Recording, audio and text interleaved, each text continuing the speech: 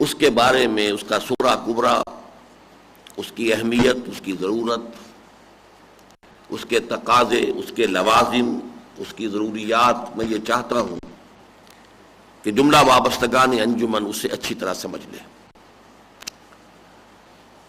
تبرکاً میں نے 2 آیتیں آپ کو سنائی ہیں اور 2 احادیث۔ آیتیں دونوں سورۃ الفرقان کی ہیں، ایک اس کی پہلی آیت اور دوسری آیت نمبر 52۔ پہلی آیت کے بارے میں صرف مجمل اشارے کروں گا، اس لیے کہ میری گفتگو کا اصل موضوع جو ہے وہ آیت نمبر 52 سے متعلق ہے۔ تبارک الذی نزل الفرقان علی عبدہ لیکون للعالمین نذیرا۔ تبارک بہت بابرکت ہے، بابرکت ہونے سے مراد ہر خیر، ہر حسن، ہر کمال، ہر جمال کا منبع ذات باری تعالی ہے۔ الذی نزل الفرقان علی عبدہ، جس نے نازل فرمایا بطریق تنزیل، تھوڑا تھوڑا کر کے، بمقابلہ انزال، یکدم نہیں، تھوڑا تھوڑا کر کے، علی عبدہ، اپنے بندے پر صلی اللہ علیہ وسلم۔ یہ بہت مرتبہ عرض کیا ہے، اکثر حضرات کے علم میں ہوگا کہ حضور کی جو 2 نسبتیں ہیں، واشہد ان محمدًا عبدہ ورسولہ، عام خیال تو یہ ہے لوگوں کو کہ نسبت رسالت جو ہے وہ بلندتر ہے، واقعہ اس کے برعکس ہے۔ نسبت عبدیت اس سے کہیں زیادہ بلند ہے۔ یہی وجہ ہے کہ قرآن مجید میں جہاں اللہ تعالیٰ کی خصوصی شفقت، خصوصی محبت، خصوصی عنایت کا تذکرہ ہوتا ہے حضور صلی اللہ علیہ وسلم کی ذات مبارک پر، وہاں نسبت عبدیت کو نمایاں کیا جاتا ہے۔ سورہ بنی اسرائیل کی پہلی آیت، سبحان الذی اسری بعبدہ لیلا من المسجد الحرام الی المسجد الاقصی۔ سورہ کہف کی پہلی آیت، الحمدللہ الذی انزل علی عبدہ الکتاب ولم یجعل لہ عوجا۔ اور اب یہ سورۃ الفرقان کی پہلی آیت، تبارک الذی نزل الفرقان علی عبدہ لیکون للعالمین نذیرا۔ میں اتنا اشارہ اور کر دوں کہ نسبت عبدیت کا رخ ہوتا ہے ذات باری تعالیٰ کی طرف۔ ہم جب نماز میں کھڑے ہوتے ہیں تو انی وجہت وجہی للذی فطر السماوات والارض حنیفا، رخ اللہ کی طرف ہے۔ نسبت رسالت کا رخ بندوں کی طرف، اذهب الی فرعون انہ طغی، جاؤ فرعون کی طرف، وہ بہت سرکش ہو گیا ہے۔ تبارک الذی نزل الفرقان، الفرقان حق و باطل میں تمیز کر دینے والی شے، صحیح اور غلط کو جدا جدا کر دینے والی شے، جائز و ناجائز میں تمیز پیدا کرنے والی شے، لیکون للعالمین نذیرا، تاکہ وہ بن جائیں تمام اقوام عالم کے لیے خبردار کرنے والے۔ عالمین جمع ہے عالم کی، اور یہ قاعدہ ہے کہ عربی زبان میں بسا اوقات ظرف کو جمع لا کر مظروف کی جمع مراد لی جاتی ہے، یعنی عالم کی تمام اقوام، ان کے لیے نذیر بنا کر بھیجے گئے محمد رسول اللہ صلی اللہ علیہ وسلم۔ یہ وہی بات ہے جو اور بھی بہت سے مقامات پر آئی ہے، وَمَا أَرْسَلْنَاكَ إِلَّا كَافَّةً لِلنَّاسِ بَشِيرًا وَنَذِيرًا، نہیں بھیجا ہے ہم نے آپ کو اے محمد مگر پوری نوع انسانی کے لیے بشیر و نذیر بنا کر۔ اب اس سے صرف ایک نقطہ جو میں چاہتا ہوں کہ میری آج کی گفتگو سے جو براہ راست متعلق ہے وہ اخذ کر لیں۔ تمام اقوام عالم تک انذار اور تبشیر اور تبلیغ اور تذکیر کا کیا ذریعہ ہے محمد الرسول اللہ کے پاس صلی اللہ علیہ وسلم؟ وہ ذریعہ یہی ہے، آپ نے ایک امت تک ابلاغ کا حق ادا کر دیا، اسے صحیح صحیح فہم عطا کر دیا، اس کے سامنے پیش کر دیا، اور ایک نظام اجتماعی کی بھی شکل پوری دنیا کو دکھا دی۔ اب یہ امت انسٹرومنٹ ہے، یہ ذریعہ ہے، حضور کی جو بعثت عامہ ہے الی کافۃ الناس، ان کے لیے، اور اسی امت کا ایک فرد میں ہوں، اسی امت کے ایک فرد آپ ہیں، یہ میری اور آپ کی ذمہ داری ہے۔ امت کسی ہائپوتھیٹیکل شے کا نام نہیں ہے، افراد ہی پر مشتمل ہوتی ہے، جیسے کہ علامہ اقبال نے کہا کہ افراد کے ہاتھوں میں اقوام کی تقدیر، ہر فرد ہے ملت کے مقدر کا ستارہ۔ تو جب تک ہم میں سے ہر شخص کو یہ احساس نہ ہو کہ اجتماعی طور پر تو صورت یہ کہی گئی وَكَذَلِكَ جَعَلْنَاكُمْ أُمَّةً وَسَطًا لِتَكُونُوا شُهَدَاءَ عَلَى النَّاسِ وَيَكُونَ الرَّسُولُ عَلَيْكُمْ شَهِيدًا، تمہیں ایک درمیانی امت بنایا ہی اس لیے گیا ہے کہ ہمارے رسول محمد صلی اللہ علیہ وسلم تم پر گواہی دے دیں، اور تم گواہی دو پوری نوع انسانی پر۔ یہ تمہارا فرض منصبی ہے بحیثیت مجموعی، بحیثیت امت، اور ایک ایک فرد کے لیے کہ کوئی فرد امت مسلم بھی اس سے بالکل محروم نہ رہ جائے، اس کی انتہا آپ نے اپنے قول میں فرما دی، بلغوا عنی ولو آیۃ، پہنچاؤ میری جانب سے ایک ہی آیت۔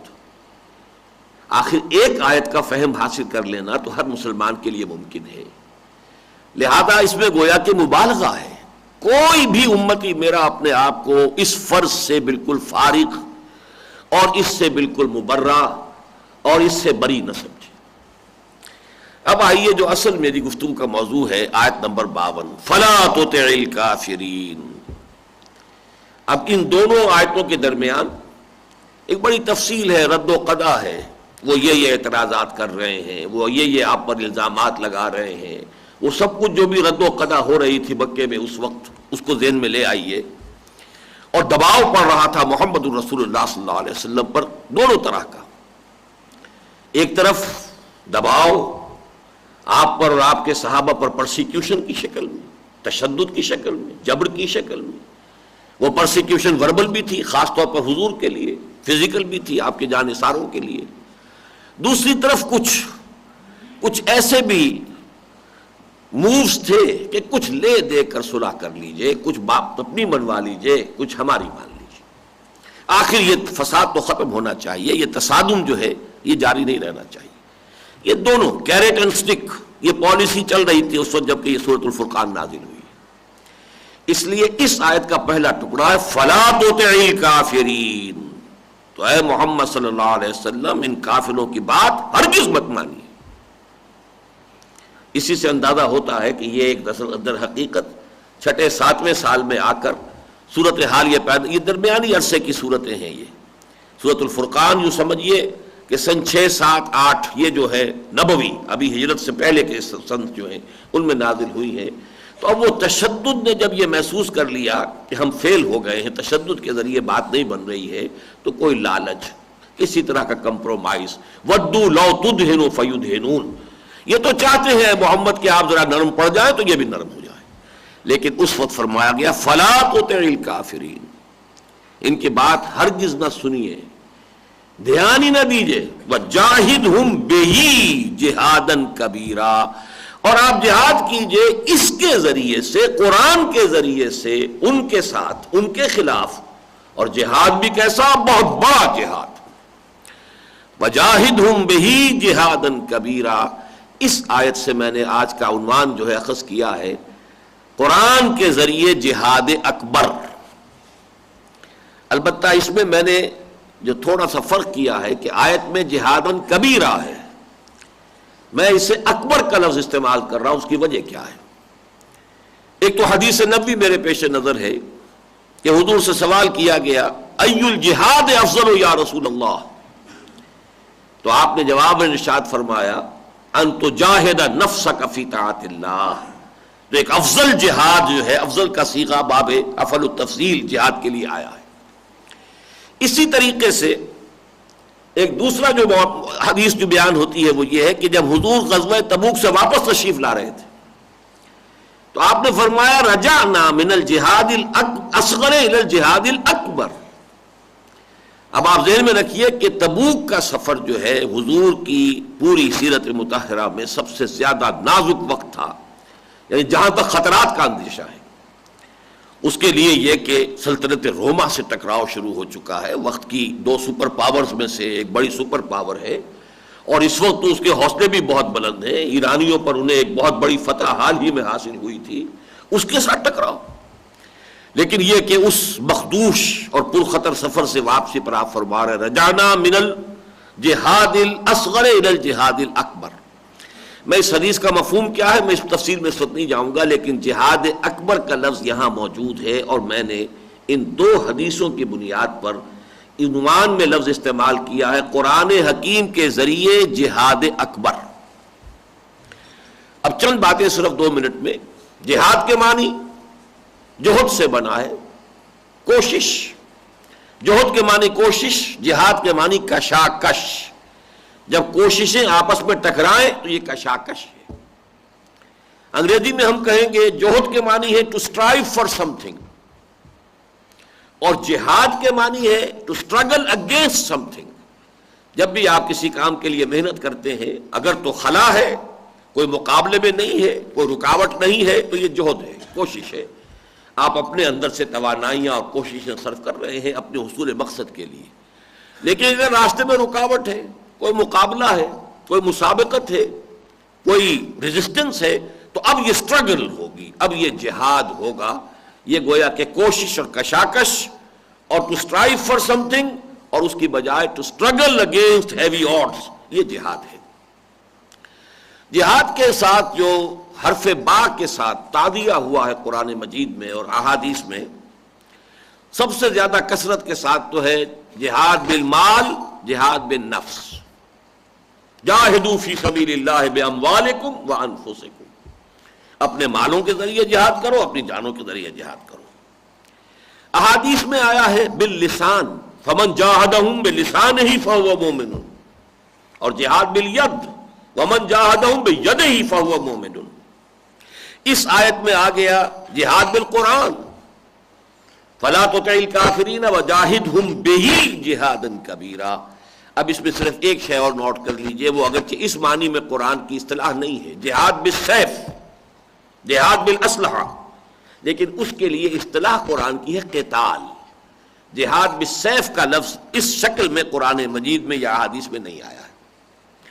اب آئیے جہاد بالقرآن، ظاہر بات ہے کہ یہ باللسان ہے، لیکن اس میں اضافہ کیجئے بالقلم بھی ہے، اور اضافہ کیجئے اسی لسان اور قلم کا معاملہ جدید ٹیکنالوجی نے بہت آگے بڑھا دیا ہے۔ یہ آڈیوز بھی ہیں، ویڈیوز بھی ہیں، یہ سیٹلائٹس کا ذکر ابھی آپ نے سنا ہے، کیبل ٹی ویز کا ذکر ہے، جتنے بھی ذرائع ابلاغ ہیں، انٹرنیٹ ہے، جو بھی ہے، اس کا بھرپور استعمال کرنا امت کا فرض منصبی ہے۔ اگر اس میں کوتاہی کرتی ہے، اگر وہ سمجھتی ہے کہ صرف پرانے دقیانوسی طریقے ہوئی پر یہ قرآن کی دعوت اور تعلیم اور تبلیغ کا کام چلنا چاہیے، تو یہ در حقیقت خود اپنے مقصد سے ایک طرح کی بے وفائی ہے۔ اس کی جواب طلبی ہوگی، اس لیے کہ ظاہر بات ہے اعدوا لہم ما استطعتم میں جہاں اس وقت گھوڑے پالنا اور تلواریں رکھنا اور نیزے اور ڈھالیں فراہم کرنا تھا، اسی طرح اب آپ کو معلوم ہے ایٹم بم بنانا اور تمام اسلحہ جو ہے وہ جو بھی ممکن ہے اس کو حاصل کرنا۔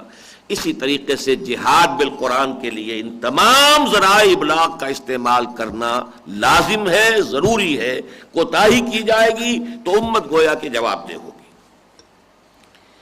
اب دیکھیے میں صرف وہ بات عرض کر رہا ہوں کہ جو میری بڑی طویل تقاریر کا خلاصہ ہے۔ حضور صلی اللہ علیہ وسلم نے تاریخ انسانی کا عظیم ترین انقلاب برپا کیا، سب مانتے ہیں۔ ابھی حال ہی میں ایک مفصل تقریر میں کر چکا ہوں، شواہد میں دے چکا ہوں، اس وقت اس میں جانے کی ضرورت نہیں۔ اس وقت کہنا یہ ہے کہ اگرچہ اس کے 6 مراحل، 7 مراحل، 3 مراحل مختلف انداز میں مختلف اسباب پر میں نے اس کے مختلف مراحل کو مختلف تعبیر کی ذریعے سے پیش کیا ہے، آج اسے پیش کر رہا ہوں صرف 2 ذریعے۔ انقلاب محمدی کا پہلا مرحلہ ہے اشخاص کو بدلنا، انسانوں کو بدلنا، ان کی سوچ کو بدلنا، ان کے نظریات کو بدلنا، ان کے عقائد کو بدلنا، ان کے ویلیو سٹرکچر کو بدلنا، ان کی خواہشات کو بدلنا، ان کی آرزوؤں کو بدلنا، ان کی امنگوں کو بدلنا۔ یہ انسان کا بدلنا سب سے مشکل کام ہے۔ البتہ دوسرا مرحلہ ہے یہ جو لوگ بدل گئے اور واقعتاً بدل گئے، حقیقتاً بدل گئے.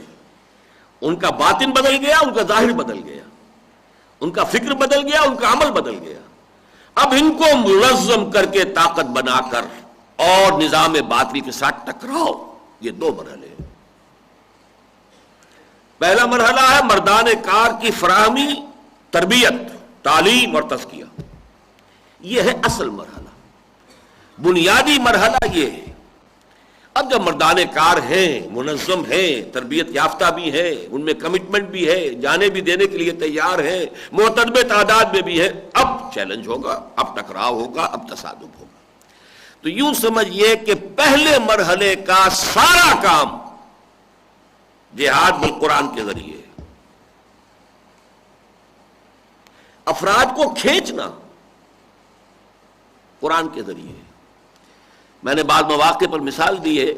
5ویں جماعت میں جب داخل ہوئے تھے تو سائنس کے مضمون کا پہلا تجربہ یہ تھا کہ لوہ چون، آئرن فائلنگز اور کچھ لکڑی کے برادہ، اس کو مکس کر کے دے دیا گیا، علیحدہ کرو اسے. کیسے کریں؟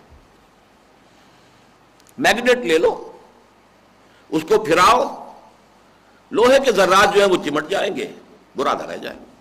بالکل یہی معاملہ ہے.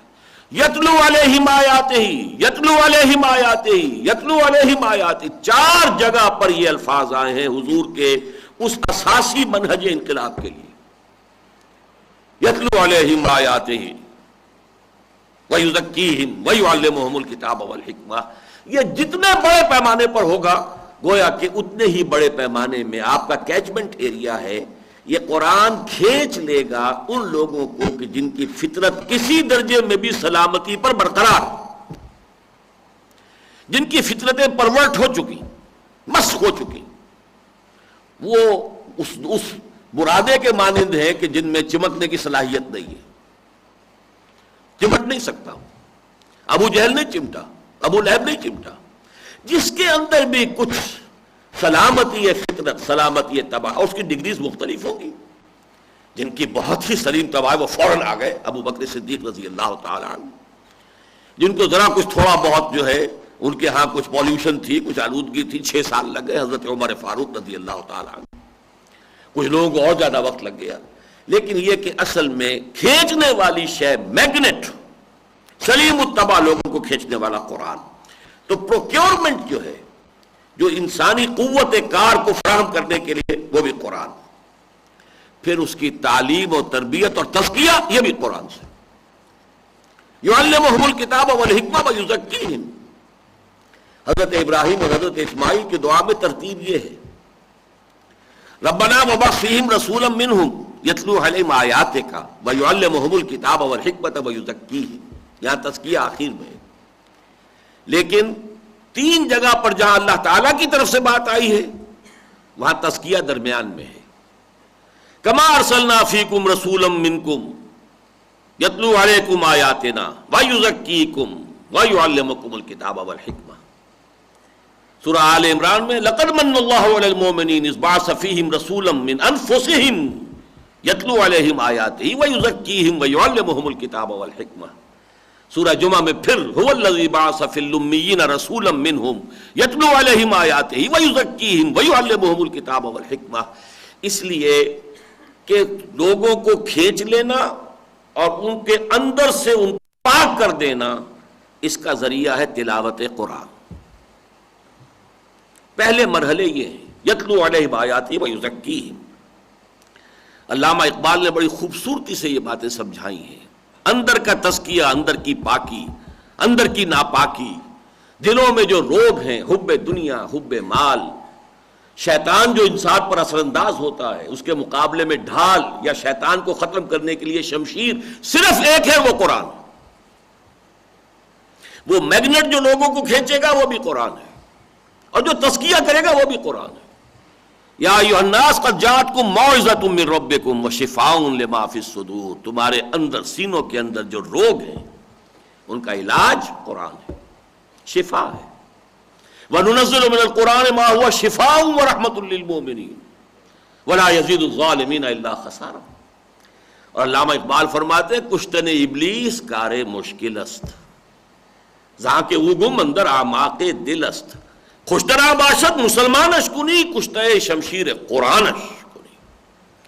اور اس کے بعد ظاہر بات ہے تعلیم الکتاب اور تعلیم الحکمہ، ان کا تو تعلق ہے ہی قرآن سے.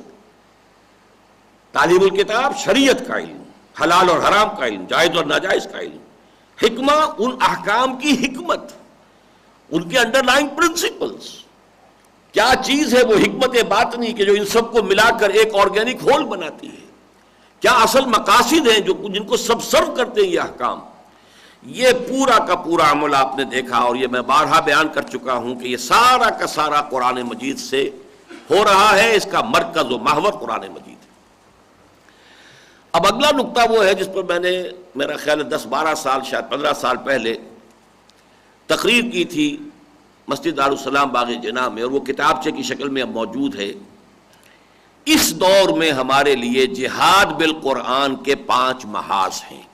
تو کتابچہ آپ شائع شدہ ہے موجود. اس وقت صرف یہ عرض کرنا ہے کہ ان میں سے 4 تو ایسے ہیں جن کے لیے جو ضرورت ہے وہ صرف اتنی ہے کہ لوگ قرآن سے متعارف ہو جائیں، اس کی طرف کھنچ آئیں، اور اتنی عربی زبان سیکھ لیں کہ قرآن مجید کے اور ان کے مابین ترجمے کا جو پردہ ہے وہ حائل نہ ہو، یہ حجاب نہ رہے. بس اتنی عربی. بڑے علامہ بننے کی ضرورت نہیں ہے. تذکر بالقرآن، وَلَقَدْ يَسَّرْنَا الْقُرْآنَ لِلذِّكْرِ فَهَلْ مِن مُدَّكِرٍ. ہم نے قرآن کو اس ذکر کے لیے، تذکر کے لیے بہت آسان بنایا ہے. تو ہے کوئی کہ جو تذکر حاصل کرنا چاہے؟ تو یہ 2 چیزیں جیسا کہ میں نے عرض کیا، بلکہ 4 محاذ وہ سن لیجئے، اس وقت تفصیل میں نہیں جاؤں گا. ایک محاذ ہے جاہلیت قدیمہ کا محاذ. جیسے شرک پہلے ہوتا تھا آج بھی ہوتا ہے، فرق صرف یہ ہے کہ پہلے بت سامنے ہوتا تھا، اب کوئی قبر سامنے ہوتی ہے. فرق کوئی نہیں ہے. اس شرک میں اس شرک میں کوئی فرق نہیں. اسی طریقے سے جو بھی اوہام تھے اس وقت وہ آج بھی ہیں.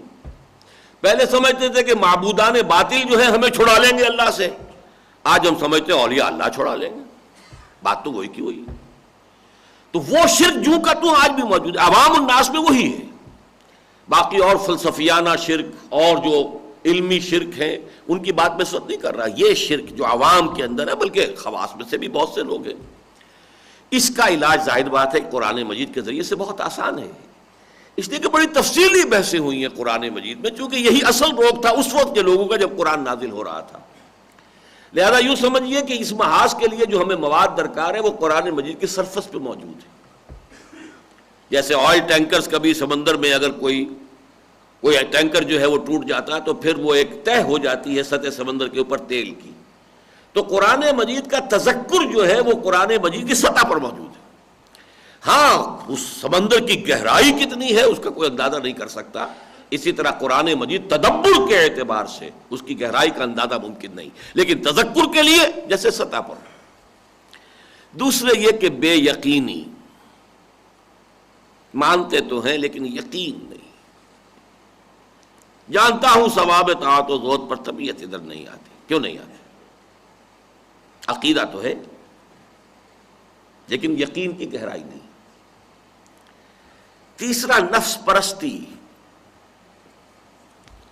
مجھے یاد آ رہا ہے وہ کسی زمانے میں بچے کی تعلیم شروع ہوتی تھی تو تختی پر یہ شعر استاد لکھتا تھا اور بچے سے کہتا تھا اس کے اوپر قلم پھیرو. کریمہ بے بخشائے برحال ماں کہ ہستم مسیر کمند ہوا.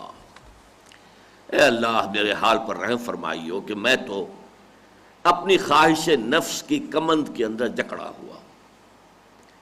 کریمہ ببخشائے برحال ماں کہ ہستم مسیر کمند ہوا. اب اس گرفت کو ختم کرنا، میں پہلے عرض کر چکا ہوں، قرآن. اسی طریقے سے افتراق، فرقہ پرستی، اس کا بھی سبب کیا ہے؟ حبل اللہ قرآن ہے، اس سے دوری اس کا اصل سبب ہے. یہ جو 4 امراض ہیں، جاہلیت قدیمہ یعنی شرک، اوہام، بدعات، بے یقینی، نفس پرستی، فرقہ بندی، ان سب کے علاج کے لیے جیسا کہ میں نے عرض کیا 2 کام ہو بہت کافی. ایک تو عوامی درس قرآن اتنے بڑے پیمانے پر کہ لوگ متعارف ہوں، انہیں اندازہ تو ہو کہ یہ صرف کوئی ثواب کمانے والا آلہ نہیں ہے، بلکہ یہ تو واقعتاً ہمارے مسائل سے بحث کرتا ہے، کو ہمارے اندر کے کچھ خفیہ تاروں کو چھیڑتا بھی ہے۔ اس کو سن کر یا اس کو پڑھ کر کبھی ہم وجد میں بھی آتے ہیں، یہ کتاب تو واقعتاً اس قابل ہے کہ اسے سمجھا جائے، پڑھا جائے، اس پر وقت صرف کیا جائے۔ اور نمبر دو، اتنی عربی زبان کی تعلیم ہو جائے، اتنی کہ بیریئر نہ رہے، بلکہ صورت وہ ہو جس کو اقبال نے کہا ہے کہ تیرے ضمیر پہ جب تک نہ ہو نزول کتاب، گرہ کشا ہے نہ راضی نہ صاحب کشاف۔ نزول ہو رہا، اور ضمیر سے مراد کیا ہے؟ ضمیر چھپی ہوئی شے کو کہتے ہیں۔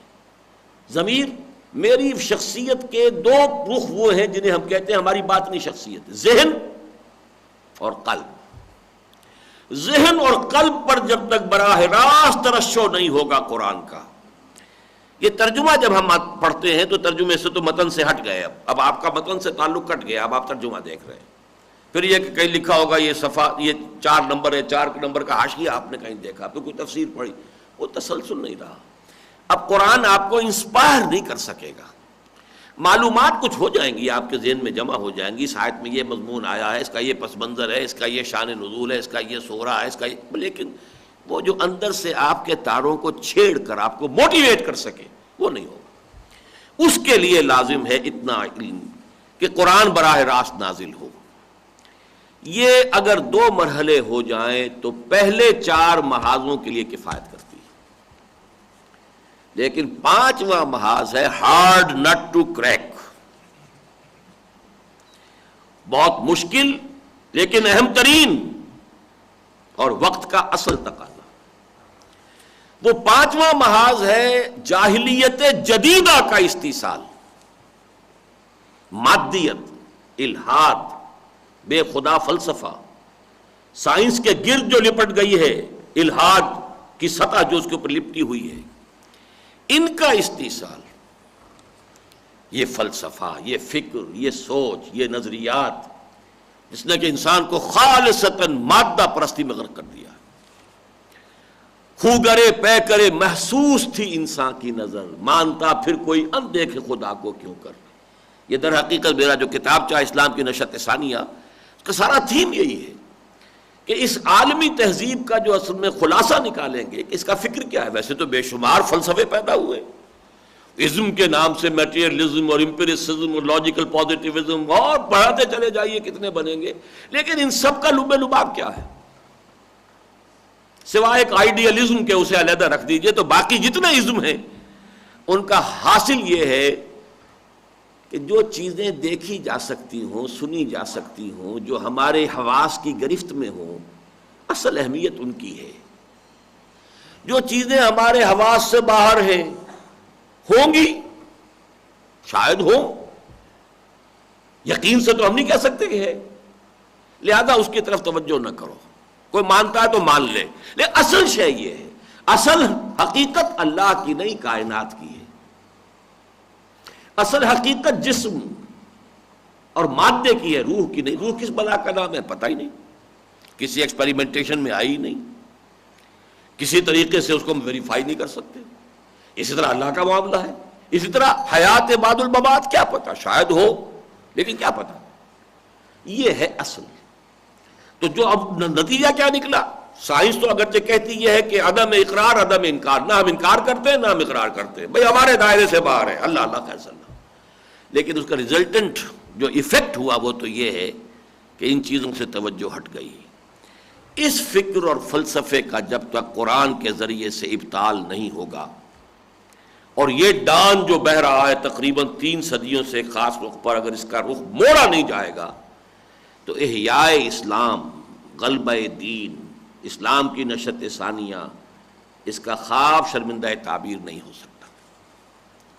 یہ ہے اصل میں وہ فکر، وہ سوچ۔ اب میں ذرا چاہتا ہوں جن حضرات کے پاس یہ 25 سالہ رپورٹ ہے وہ اس کا صفحہ 13 نکال لیں۔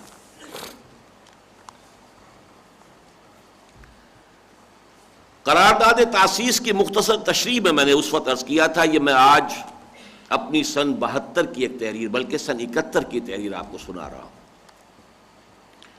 انجمن کے اس موقف کا مفصل استدلالی پس منظر تو ڈاکٹر اسرار احمد صاحب کی اس تحریر ہی کے مطالعے سے سمجھا جا سکتا ہے، جو اب اسلام کی نشرت ثانیہ کرنے کا اصل کام نامی کتابچے کی صورت میں مطبوعہ موجود ہے۔ تاہم اجمالاً یہ کہا جا سکتا ہے کہ نمبر 1، ہمارے موجودہ دینی انحطاط کا اصل سبب یہ ہے کہ مغرب کی بے خدا سائنس اور یورپ کے ملحدانہ فلسفہ و فکر نے بحیثیت مجموعی پوری امت کے ایمان کی جڑوں کو ہلا ڈالا ہے اور خرمن یقین کو جلا کر راکھ کر دیا ہے۔ اور اب صورت واقعہ یہ ہے کہ عوام الناس کے دل و دماغ میں بالعموم اور جدید تعلیم یافتہ لوگوں کے قلوب و اذہان میں بالخصوص خدا اور آخرت اور وحی و نبوت ایسے اساسی معتقدات تک کے لیے کوئی جگہ باقی نہیں رہی۔ نمبر 2، اندری حالات اسلام کی نشأت ثانیہ اور غلبہ دین حق کی لازمی شرط پری ریکویزٹ تجدید ایمان ہے، اور قصر اسلام کی تعمیر نو کے لیے ایمان کی ان بنیادوں کی اثر نو تعمیر ناگزیر ہے جو صرف مزمحل ہی نہیں منہدم ہو چکی۔ گویا یہ عمارت صرف جزوی مرمت اور سطحی لیپا پوتی کی نہیں بلکہ بنیاد سے تعمیر جدید کی محتاج ہے۔ نمبر 3، تجدید ایمان کی اس مہم میں اولین اہمیت معاشرے کے اس فہیم عنصر انٹیلیجنسیا اور ذہین اقلیت انٹلیکچوئل مائنورٹی کو حاصل ہے جو از خود معاشرے کی ذہنی اور فکری قیادت کے منصب پر فائز ہے اور جسے جسد ملت میں وہی مقام حاصل ہے جو ایک فرد نوع بشر کے جسم میں اس کے دماغ برین کو حاصل ہوتا ہے۔ اسی لیے اس کے لیے اصطلاح ایک اور بھی ہے، brain trust of the society. Number 4، اس طبقے کے قلوب و اذہان میں ایمان کی تخم ریزی اور آبیاری کے لیے لازم ہے کہ خالصتاً قرآن حکیم کی بنیاد پر اس کی ہدایت و رہنمائی کی روشنی میں ایک ایسی زبردست علمی تحریک برپا ہو جو ایک طرف وقت کی اعلیٰ ترین علمی سطح پر ملحدانہ افکار و نظریات کا مؤثر اور مدلل ابطال کرے، دوسری جانب ٹھوس علمی استدلال کی مدد سے حقائق ایمانی کا واضح اثبات کرے تاکہ یقین اور اذعان کی کیفیت پیدا ہو، اور تیسری طرف ثابت شدہ سائنسی حقائق اور حقیقت کائنات و انسان کے بارے میں قرآن حکیم کے نقطہ نظر میں ایسی تطبیق پیدا کرے جس سے قلوب مطمئن ہو سکے۔ نمبر 5، اس کے لیے لازم ہے کہ کچھ ایسے نوجوان جو بیک وقت ذہین اور باصلاحیت بھی ہوں اور باہمت اور صاحب عزیمت بھی، اور جنہیں اللہ تعالیٰ اپنی کتاب عزیز پر خالص ذاتی نوعیت کا ایمان و یقین عطا فرما دے، اپنی پوری زندگی کو تعلم و تعلیم قرآن کے لیے وقف کر دیں اور اس کتاب حکیم کے فلسفہ و حکمت کی تحصیل اور نشر و اشاعت کے سوا زندگی میں ان کا مقصود و مطلوب اور کچھ نہ رہے۔ نمبر 6، اور اس کے لیے ضروری ہے، اب دیکھیے ہم اوپر سے نیچے کی طرف آ رہے ہیں، اب ڈاؤن ٹو دی گراؤنڈ، اس کے لیے کیا ضروری ہے کہ پہلے قرآن مجید کے پڑھنے پڑھانے اور عربی زبان سیکھنے سکھانے کی ایک عام تحریک برپا کی جائے اور علوم قرآنی کی عمومی نشر و اشاعت کا ایک وسیع پیمانے پر اہتمام ہو تاکہ عوام کی توجہات قرآن حکیم کی جانب منعطف ہوں، ذہنوں میں اس کی عظمت کا نقش قائم ہو، دلوں میں اس کی محبت جاگزیں ہو اور اس کی جانب ایک عام التفات پیدا ہو جائے۔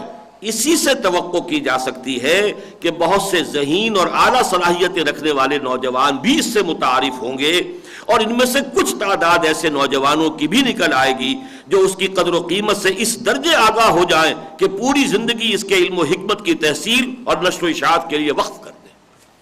چنانچہ انہی مقاصد کے لیے مرکزی انجمن خدام القرآن لاہور کا قیام عمل میں آیا ہے۔ اب یہ جو آخری پیرا میں نے ابھی پڑھا ہے، در حقیقت اسی کے حوالے سے میں نے کہا ہے کہ اب تک جو ہم نے کام کیا 25 برس، وہ در حقیقت یہ ہے، وہ ابتدائی مراحل، ابتدائی پری ریکویزٹس کو پورا کرنے کے لیے 25 سال کی محنت ہے کہ جس میں ہم نے کوئی خدمت کی ہے، کچھ کام کیا ہے، اس کے نتائج برآمد ہوئے ہیں۔ اب ہم اصل میں اس تھریشولڈ پر آئے ہیں کہ جہاں سے اس اصل مقصد کی طرف پیش رفت ہونی ہے اور پیش قدمی ہونی ہے، جس کو میں نے کہا کہ یہ اب ٹرننگ پوائنٹ ہے در حقیقت یہ ہماری اس انجمن کی تاریخ میں۔ انجمن خدام القرآن یا انجمن ہائے خدام القرآن اور قرآن اکیڈمی یا قرآن اکیڈمیز، اب الحمدللہ مجھے یہ سنگولر کے ساتھ یہ پلورلز بھی جو ہے استعمال کرنے پڑ رہے ہیں، یہ اللہ کا فضل ہے۔ آپ نے اندازہ کر لیا کہ بہرحال 3 اکیڈمیز وجود میں آ چکی ہیں، 2 قرآن کالج وجود میں آ چکے ہیں، انجمنیں 6 وجود میں آ چکی ہیں، 6 ہے بلکہ 7، اب 7ویں کی خبر آئی ہے کہ سرگودا میں بن گئی ہے۔ اس کا جو بھی کام اب تک ہوا ہے، جیسا کہ میں نے عرض کیا، اصلاً تو یہ کام تھا جو اب شروع ہو رہا ہے۔ اب تک جو کام ہوا ہے وہ اس کے لیے تمہید، اس کے لیے ابتدائی سرمایہ افراد کا بھی اور ادارے کا اور اس کی ضروریات کی فراہمی کے لیے ہے۔ اصل میں اسی لیے میں نے یہ ساری عبارت آپ کو پڑھ کر سنا دی۔ بہرحال اب تک جو کام ہوا ہے اس کو نوٹ کر لیجئے۔ میں نے ذاتی سطح پر جو کام لاہور میں کیا 65 سے لے کر 72 تک، کوئی انجمن نہیں تھی، کوئی تنظیم نہیں تھی، کوئی ادارہ نہیں تھا۔ اور پھر انجمن نے جو کام کیا 1972 سے لے کر 1997 تک، اس کے میں چند ہائی لائٹس، مین پوائنٹس آپ کے سامنے رکھ رہا ہوں۔ 1965 سے عوامی درس قرآن شروع ہوا ہے، اور وہ عوامی درس قرآن آپ کو معلوم ہے کہ اس لاہور میں کس درجے معروف ہوا، مقبول ہوا۔ مسجد خضرہ سمن آباد، پھر مسجد شہداء، 700 افراد اتوار کی صبح کو جمع ہوئے، جس سے وہ توجہ منعطف ہوئی کہ قرآن ایک انٹروڈکشن ہوا۔ قرآن یہ تو در حقیقت اس قابل ہے کہ ہم اس پر وقت لگائیں، قوت صرف کریں، محنت صرف کریں، یہاں تک کہ زندگی کھپا دیں۔ 72 میں انجمن قرآن خدام القرآن مرکزی قائم ہوئی، اور اس کے تحت قرآنی کیمپ، قرآنی تربیت گاہیں، کبھی کوئٹہ میں، کبھی اسلام آباد میں، کبھی کراچی میں، لاہور میں پے بپے، یہ ایک سلسلہ قرآنی کیمپ، قرآنی تربیت گاہ۔ 77 میں اکیڈمی قائم ہوئی، 76 میں اس کا سنگ بنیاد رکھا گیا۔ ہمیں یہ پلاٹ ہبہ کیا تھا بھائی شیخ محمد عقیل صاحب نے، وہ چونکہ ان کا آپریشن ہوا ہے، جب سے انجمن قائم ہوئی ہے وہی ہمارے ناظم بیت المال کی حیثیت سے کام کر رہے ہیں۔ بہرحال آج وہ یہاں نہیں ہے، دعا کیجیے اللہ تعالیٰ آپریشن کامیاب کرے اور ان کی بینائی میں جو بھی ذوق پیدا ہو چکا ہے وہ زائل ہو جائے۔ بہرحال 1977 میں اکیڈمی قائم ہوئی، پہلے فیلوشپ اسکیم جاری ہوئی، 2 سالہ کورس، بڑے ہم نے بھاری وظیفے بھی رکھے۔ پوسٹ گریجویٹ ایم اے کیے ہوئے لوگوں کے لیے 1000 ماہانہ، پھر یہ کہ بی اے والوں کے لیے 800، ایف اے والوں کے لیے 600، اتنا بھی کیا۔ پھر یہ کہ 1 سالہ کورس، جیسا کہ آپ سن چکے ہیں، ان میں سے سینکڑوں، بلکہ میں سمجھتا ہوں کہ اب وہ تعداد 1000 سے کسی درجے بھی کم نہیں ہوگی جو ان کورسز سے مجموعی طور پر نکل چکے ہیں۔ 1979 سے ایک نیا مرحلہ شروع ہوا اس دعوت قرآنی کا۔ اس کا آغاز ہوا امریکہ اور کینیڈا میں، میری پہلی وزٹ۔ اس کا میں خاص طور پر نوٹ یہاں پر اس لیے کرا رہا ہوں کہ اس کا بعد میں جا کر پھر حوالہ آئے گا، لیکن یہ نوٹ کر لیجئے کہ میرے آڈیو کیسٹس کا سب سے پہلا سیٹ بہت عمدہ اور بہت ہی پروفیشنل انداز کا جو ہے وہ تیار ہوا تھا ٹورنٹو میں 1979 میں۔ وہاں سے پھر یہ دعوت جو ہے، امریکہ آپ کو معلوم ہے کہ وہ تو پھر نرو سینٹر ہے، وہاں سے وہ کیسٹ جو پہنچے ہیں پوری دنیا میں، اور اس سے یہ دعوت جو ہے اب وہ ملک سے نکل کر پوری دنیا کے اندر جہاں کہیں بھی اردو بولنے والے، اردو سمجھنے والے ہیں، وہ وہاں کیسٹ پہنچے ہیں۔ 1987 میں قرآن کالج شروع ہو گیا، جس کے سر پر بعد میں یہ تاج رکھا ہوا ہے جس میں آپ اس وقت بیٹھے ہوئے ہیں۔ یہ قرآن کالج کا تاج ہے، قرآن آڈیٹوریم۔ جو حضرات نیو یارک گئے ہیں، وہ جو مس لبرٹی کا ایک مجسمہ ہے، اس کا ایک تاج ہے، اس تاج کے اندر لوگ گھومتے ہیں، اور وہ تاج جو ہے در حقیقت وہ ایک گیلری ہے کہ جس میں لوگ، اسی طریقے سے یہ قرآن کالج کا تاج ہے۔ ہم جس میں رہ رہے ہیں وہ دنیا تم ہی تو ہو، ہم جس میں بیٹھے ہوئے اس وقت وہ در حقیقت قرآن کالج کا تاج ہے، قرآن آڈیٹوریم۔ اس کے ساتھ پھر نماز تراویح میں دورہ ترجمہ قرآن، جس کا تذکرہ آپ سن چکے ہیں۔ انہونی بات ہوتی سمجھ میں آئی تھی لوگوں کے کہ انہونی بات، لیکن یہ کہ 5-5 گھنٹے 6-6 گھنٹے لوگ جاگے ہیں رات کو۔ معلوم ہوا کچھ شوق پیدا ہوا ہے، کچھ ذوق پیدا ہوا ہے، کچھ دلچسپی پیدا ہوئی ہے۔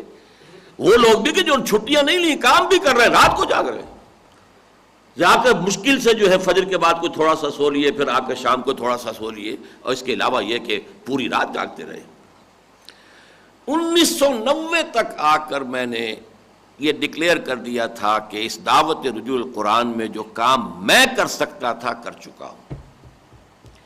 چنانچہ دعوت رجوع القرآن کتاب جو ہے، دعوت رجوع القرآن کا منظر اور پس منظر، اس کتاب کا دیباچہ میں نے لکھا۔ میں نے کہا تھا کہ میرے اندر جو بھی صلاحیت تھی، جو بھی توانائی تھی، جو کچھ میں کر سکتا تھا وہ میں نے کر دیا ہے، اور میں مطمئن ہوں۔ شادم زندگی خیش کے کارے کردم۔ اس کے بعد 1994-95 میں، جس کو میں کہتا ہوں نافلۃ لک، یہ اللہ تعالیٰ کی طرف سے نفل جو مجھے عطا ہوا، مزید بونس جو عطا ہوا، وہ یہ ہے بالکل اچانک، اور اچانک سے مراد کوئی خاص ہی مشیت اجدی تھی کہ اس سے پہلے میں انگریزی میں امریکہ میں گفتگو کرنے کے لیے بمشکل، بہت ہی لوگ کہتے تھے، دباؤ ڈالتے تھے تو تیار ہوتا تھا، لیکن 94 میں اچانک، 93 ہی میں اچانک جو ہے میری زبان کھلی ہے، اور 94-95 میں پھر میں نے تقریباً اپنا یہ پورا قرآنی فکر انگریزی میں بھی منتقل کر دیا۔ یہ گویا کہ نافلۃ لک کے درجے میں آ کر سونے پر سہاگا یہ کام اب ہو چکا ہے۔ اس کے ضمن میں جو بات عرض کرنی ہے 2-3، ظاہر بات ہے یہ کام سارا میرا تنہا نہیں ہے، اس میں بہت سے لوگ ہیں جن کی توانائیاں، جن کی جوانیاں گلی ہیں اس کے اندر، اس کام کے اندر توانائیاں کھپی ہیں۔ جیسے کہ سورہ کہف میں آتا ہے فَاعِینُونِی بِقُوَّةٍ، میری مدد کرو قوت کے ساتھ، قوت کار کے ساتھ۔ تو میرے اصل معاون، اصل مددگار، اصل ساتھی تو وہی ہے کہ جنہوں نے وقت لگایا ہے، اپنی جوانیاں اس کام کے لیے وقف کی ہے، اس کو اپنا اصل جو ہے زندگی کا کیریئر بنایا ہے، اسی کو سمجھیے کہ یہ سمجھا ہے کہ اصل شے یہی ہے جس کے لیے ایک انسان زندہ رہے۔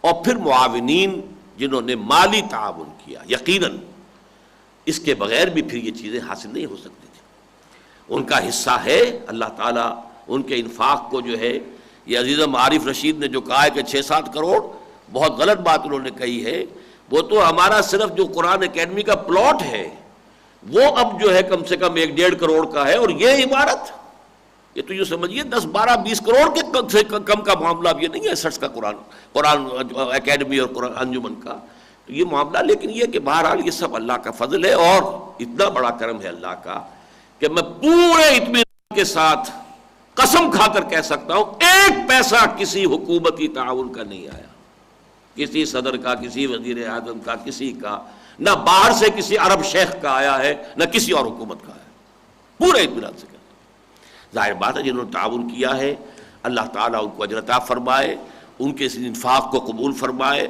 اور میں بھی ان کا شکریہ ادا کرتا ہوں۔ لیکن اس کا جو نتیجہ نکلا ہے وہ کیا ہے؟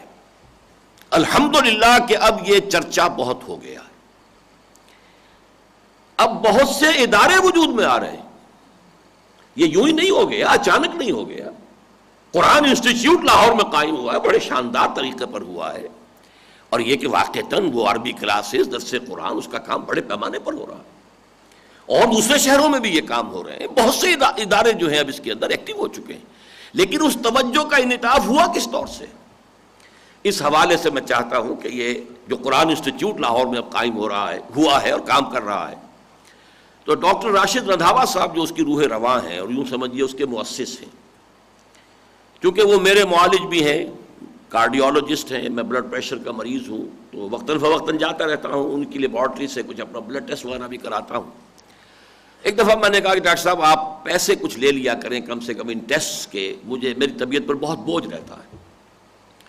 ان کے آنکھوں میں آنسو آ گئے، بہے تو نہیں، آنکھوں کے اندر رہے لیکن نظر آ رہے تھے۔ ان کا ڈاکٹر صاحب آپ کو اندازہ نہیں ہے کہ آپ کا کتنا بڑا احسان ہے ہم پر، کہ یہ سارا کام جو ہم کر رہے ہیں کبھی بھی توجہ نہ ہوتی اگر آپ نے اس کام کا آغاز نہ کیا ہوتا۔ اہل حدیث تھے، اہل حدیث کی ساری پہنچ حدیث کے درس تک ہوتی ہے، درس حدیث، دارالعلوم، قرآن سے تو کوئی توجہ نہیں ہوتی۔ اسی طریقے سے جو دینی اور مدارس ہمارے حنفی ہیں، ان کی ساری سوچ اور ساری گفتگو جو ہے وہ فقہ سے ہوتی ہے، اصول فقہ سے ہوتی ہے۔ قرآن تو مارجنل ہے، اس کی کوئی حیثیت نہیں۔ عوامی درس قرآن کا لفظ 1920 میں استعمال کیا شیخ الہند رحمۃ اللہ علیہ نے، عوامی درس قرآن، لیکن اس کا اگر اطلاق ہو سکتا ہے تو ہماری ان مجالس قرآن پر ہو سکتا ہے، باقی کسی اور ان کے اپنے حلقے کے عالم دین نے بھی اس معاملے میں کوئی پیش رفت نہیں کی، بلکہ یہاں 1-2 مرتبہ کوششیں ہوئی اور فیل ہو گئیں۔ یہ نہیں کہ ان کی علم کی کمی تھی، مولانا محمد مالک رحمۃ اللہ علیہ بہت بڑے عالم، عربی زبان کے بہت بڑے فاضل، مولانا ادریس احمد کے بیٹے، درس شروع کیا مسجد شہداء میں، ناکام ہو گئے۔ کیوں؟ وجہ صرف ایک ہے کہ چونکہ ان کی تعلیم ہے ساری اپنے اس قدیم انداز کی، اور آج جو آدمی ہے اس کا ذہن کا سانچہ ہی کچھ اور ہے، وہ کچھ اور اصطلاحات میں بات سمجھ سکتا ہے، ان قدیم اصطلاحات سے اس کے بات پلے نہیں پڑتی، ابلاغ نہیں ہوتا، تو گیپ ہے، گیپ آف کمیونیکیشن ہے۔ ورنہ علم کے پہاڑ وہ ہیں، علم کے تربیلا ڈیم وہ ہیں، لیکن تربیلا ڈیم کے اندر کھڑا ہوا پانی بیکار ہے جب تک کہ وہ واٹر چینلز اور واٹر کورسز کے ذریعے سے ہو کر اور وہ راجباہوں کے ذریعے سے ہو کر زمین پر نہ پہنچ جائے۔ تربیلا ڈیم میں کھڑا کیا کرے گا؟ تو تربیلا ڈیمز ہیں یہ، اس میں کوئی شک نہیں، لیکن کمیونیکیشن نہیں ہے۔ بس اتنا ہی ہے کہ اللہ تعالیٰ کا فضل و کرم، میں چونکہ ان میں سے تھا، جدید تعلیم یافتہ طبقے میں سے تھا، تو بات جو ہے اس کے ابلاغ کا اللہ تعالیٰ نے وہ خصوصی جو ہے ملکہ عطا فرمایا ہے، ورنہ وہ یہاں درس کے حلقہ کوئی بھی کئی کوششیں ہوئی ہیں، ناکام ہوئی۔ لیکن یہ کہ اب کچھ تو خدمتی ادارے بھی قائم ہو گئے ہیں واقعتاً۔ عطاء الرحمن ثاقب صاحب بھی جو وہاں پر قرآن انسٹیٹیوٹ میں اتنی محنت کر رہے ہیں اور بہت نمایاں ہو گئے لاہور میں، اسی قرآن کالج کے اندر کافی عرصے تک رہے ہیں، اور قرآن مجید کے ساتھ ان کا ذہنی ربط اور تعلق جو ہے اصلاً یہاں قائم ہوا ہے۔ بہرحال وہ تو جو شخص بھی کرے گا وہ اپنا اجر و ثواب اپنا اللہ تعالیٰ کے ہاں پائے گا۔ میں صرف بتا رہا ہوں کہ الحمدللہ یہ ہماری کوششوں کا نتیجہ یہ ہے کہ اب مارکیٹ میں ڈیمانڈ پیدا ہوئی ہے، اور آپ کو معلوم ہے جہاں ڈیمانڈ ہوگی سپلائی ہوگی۔ اس کا ایک نیگیٹو نتیجہ یہ بھی نکل رہا ہے، کچھ بڑے ہی دنی اتباع لوگوں نے اسے اپنے کاروبار کا ذریعہ بھی بنا لیا، اور وہ بھی چمک رہا ہے۔ یعنی یوں سمجھیے کہ چونکہ اس وقت جو ہے سب سے بڑا جو بزنس اس وقت چل رہا ہے ہمارے ملک میں، جس میں گھاٹے کا سوال نہیں، وہ ایجوکیشن ہے۔ اسکول کھولیے، اونچی سے اونچی فیس رکھیے، ذرا سی ٹیپ ٹاپ ہو، اللہ اللہ اور خیر صلی اللہ، اور آپ کے لیے مسلسل جو ہے آمدنی کا ذریعہ ہے۔ اب چونکہ دین کے اس پہلو کی بھی کچھ نہ کچھ پیاس پیدا ہو گئی ہے، لہذا اس کو بھی کچھ لوگ ایکسپلائٹ کر رہے ہیں۔ بہرحال اگر ان کے ذریعے سے بھی کوئی خیر کسی کو پہنچ جائے تو اللہ تعالیٰ جو ہے ان کی اگر کوئی نیت اس میں خراب ہے تو اللہ تعالیٰ ان کو معاف فرمائے۔ لیکن اصل مسئلہ یہ ہے، یہ کام کافی نہیں ہے۔ دیکھیے میں ایک ایسی بات آپ کے سامنے کہہ رہا ہوں جس سے کوئی شخص انکار نہیں کر سکے گا۔ اگر صرف عربی زبان کی واقفیت اور قرآن کو براہ راست پڑھ لینا کفایت کرتا تو یہ پورا عالم عرب جو ہے یہ ان غلط راہوں پر کیوں چل رہا ہے؟ کہیں اسلام ہے وہاں؟ عربی ان کی مادری زبان، اوڑھنا بچھونا، انہیں تو ترجمے کا بھی کوئی بیریئر نہیں ہے۔ میں نے عرض کیا یہ کام صرف 4 چیزیں وہ جو میں نے گنوا دی ہیں، وہ 4 محاذ جو ہیں وہ واقعتاً جاہلیت قدیمہ آپ کو وہاں بہت کم ملے گی، بہت شاذ ملے گی۔ یہ مشرکانہ اوہام نہیں ملیں گے وہاں پر، بالکل نہیں ملیں گے۔ یہ چیزیں جو ہے وہ اس کا علاج تو ہو جاتا ہے اس سے، لیکن اسی طریقے سے فرقہ پرستی وہاں پر اتنی نہیں ہے، بالکل نہیں، فرقہ بندی بہت کم ہے۔ لیکن یہ اصل میں جو اصل بیریئر ہے آج انسانی دماغ کا، وہ جدید فکر ہے، جدید فلسفہ ہے۔ گلا تو گھونٹ دیا اہل مدرسہ نے تیرا، کہاں سے آئے صدا لا الہ الا اللہ؟ یہاں بیٹھے ہوئے ہیں مارکسزم، یہاں بیٹھا ہوا ہے ڈاروینزم، یہاں بیٹھا ہوا فرائیڈزم، یہاں بیٹھا ہوا لاجیکل پازیٹیوزم، یہ وزم بیٹھے ہوئے ہیں یہاں پر، بیریئرز یہاں ہیں۔ جب تک ان بیریئرز کو پیئرس نہ کر دیا جائے، جب تک ان پردوں کو چھلنی نہ کر دیا جائے، جب تک ان کا روب توڑ نہ دیا جائے، جب تک ان کا دبدبہ ختم نہ کر دیا جائے، محض عربی اس سے تو کوئی بات نہیں بنے گی۔ مجھے بڑا پیارا شعر اقبال کا یاد آ گیا ہے، تو عرب ہو یا عجم ہو تیرا لا الہ الا لغت غریب جب تک تیرا دل نہ دے گواہی۔ لا الہ الا اللہ عرب کے لیے بھی ایک اجنبی سی بات ہے جب تک دل میں نہ اترا ہو۔ عربی تو جانتا ہے، وہ لا کا مطلب بھی معلوم ہے، الہ کا بھی مطلب معلوم ہے، اللہ کا مطلب بھی معلوم ہے، اللہ کا مطلب بھی معلوم ہے، لیکن تو عرب ہو یا عجم ہو تیرا لا الہ الا لغت غریب جب تک تیرا دل نہ دے گواہی۔ اور دل کے اوپر پردے پڑے ہوئے ہیں ان افکار کے، ان نظریات کے، ان فلسفوں کے، ان خیالات کے، جب تک کہ ان کو پیئرس نہیں کیا جائے گا، یہ عربی کا پڑھنا پڑھانا اور یہ قرآن مجید کا ترجمہ سیکھ لینا، اس سے کوئی بات نہیں بنے گی۔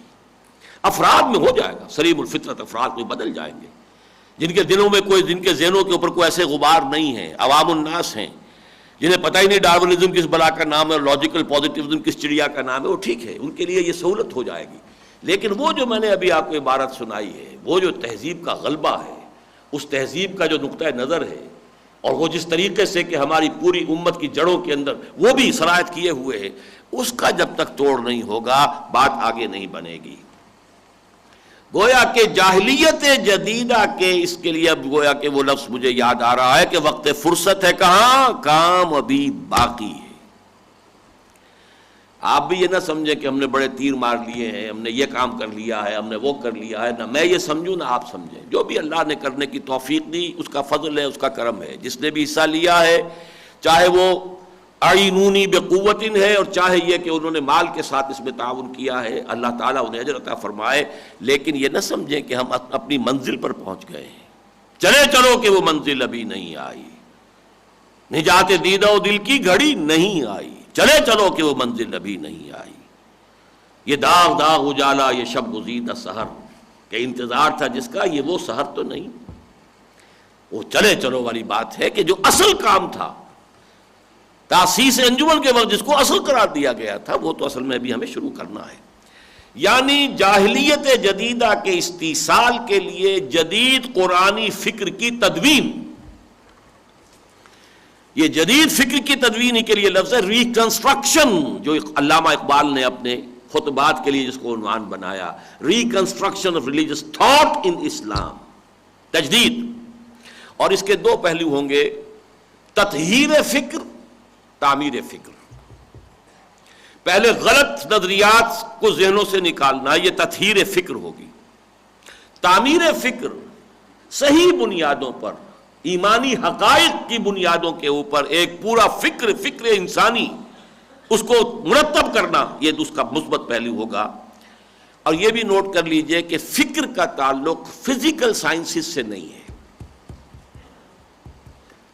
وہ تیسرے درجے میں آئے گا۔ فکر کا تعلق اصلاً فلسفے سے ہے، ثانوی طور پر عمرانیات، پولیٹیکل سائنس، اکنامکس،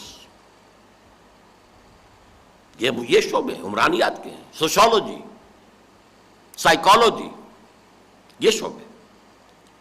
تیسرے درجے میں آتا ہے سائنس کا معاملہ، وہ بھی صرف اس درجے میں کہ سائنس نے جو ایکسپلوژن دیا ہے معلومات کا، انتہائی بڑا ذخیرہ۔ اب اس کو دو حصوں میں تقسیم کر لیجئے کہ ایک تو ہے نظریات، ڈارونس تھیوری، فلاں کی تھیوری، بگ بینگ تھیوری وغیرہ وغیرہ، theory of the expanding universe, یہ ابھی تھیوریز ہیں۔ ایک وہ فیکٹس ہیں کہ جو دریافت کیے، حقائق ہیں، ویریفائیبل ہیں، ان کو انسان جو ہے ویریفائی کر سکتا ہے، وہ فیکٹس ہیں۔ ان فیکٹس کی مطابقت اگر قرآن مجید کے ساتھ آپ نہیں دکھا سکتے تو ایک گیپ رہ جائے گا، جس کی میں نے مثال کئی دفعہ بیان کی۔ ایک بہت نوجوان اور بڑے مخلص اور بڑے activist, M S C botany انہوں نے کیا، اور ان کا وہ نصف ساق تک پاجامہ ہوتا تھا، یعنی ان کی مذہبیت کا یہ اندازہ کیجئے، اتنا اونچا پاجامہ، اور وہ ایم ایس سی کیا کراچی یونیورسٹی سے انہوں نے۔ میں نے ان سے پوچھا، میں نے کہا یہ ایولیوشن کے بارے میں آپ کی رائے کیا ہے، کفر ہے؟ میں نے کہا وہ کفر تو ہے، وہ تو مجھے بھی معلوم ہے، کہ آپ نے چونکہ ایم ایس سی باٹنی کیا ہے تو آپ کو کچھ، آپ نے وہ دلائل کیا دیے جاتے ہیں، شواہد کیا ہیں، ان کے بارے میں آپ کی رائے کیا ہے؟ کہ دلائل تو بہت قوی ہیں۔ اس کو میں کہتا ہوں سپلٹ پرسنالٹی، دل میں چور ہے، حقائق تو کچھ اور ہیں، ہم کچھ اور ماننے پر مجبور ہیں۔ جب تک یہ سپلٹ پرسنالٹیز جو ہیں یہ باقی رہیں گی، دین کا کام نہیں ہوگا۔ وہ کام جو ہمیں مطلوب ہے، نشأت ثانیہ، وہ کام غلبہ دین، دین کا ایک نظام زندگی کی حیثیت سے عملاً قیام، یہ نہیں ہوگا۔ پوری طریقے سے ایک انٹیگریٹڈ پرسنالٹیز، ان کا ذہن، ان کا فکر، ان کی سوچ، ان کا عقیدہ، ان کا علم یکجا ہو جائے، جب تک یہ نہیں ہوگا اس مرحلے کی طرف پیش رفت نہیں ہوگی۔ اس کے ساتھ ایک اور بات بھی آپ کو بتا دوں، یہ میری اسی بات کے شواہد کے طور پر سمجھ لیجئے۔ اس وقت پوری دنیا میں جو ریوائولسٹ موومنٹس ہیں، وہ اخوان ہوں، جماعت اسلامی ہو، کوئی اور ہوں، ہمارے ہاں بھی مسئلہ ہے، افغان مجاہدین میں بھی جو ان کے سرکردہ لیڈرز تھے، آپ دیکھیں گے وہ انجینئرز ہیں، ڈاکٹرز ہیں، سائنسدان ہیں۔ کیا وجہ؟ وجہ یہ ہے کہ سائنس کا نظریاتی سطح پر کوئی تصادم نہیں آتا۔ سائنس جس نے پڑھی، ڈاکٹری پڑھی، وہ نظریے سے کیا تصادم ہے اس کا؟ پیتھولوجی پڑھ رہا ہے، اناٹمی پڑھ رہا ہے، پھر میڈیسن پڑھ رہا ہے، فارمیکولوجی پڑھ رہا ہے، اس کا نظریات سے کوئی تعلق نہیں۔ انجینئرنگ پڑھی ہے، نظریات سے کوئی تعلق نہیں۔ وہ تو در حقیقت فنون ہے، ان کو علم کہنا ہی نہیں چاہیے، فنون ہے۔ تو فنون کا کوئی ٹکراؤ نظریاتی سطح پر ہے ہی نہیں، لہذا انہیں وہ امتحان پیش ہی نہیں آیا۔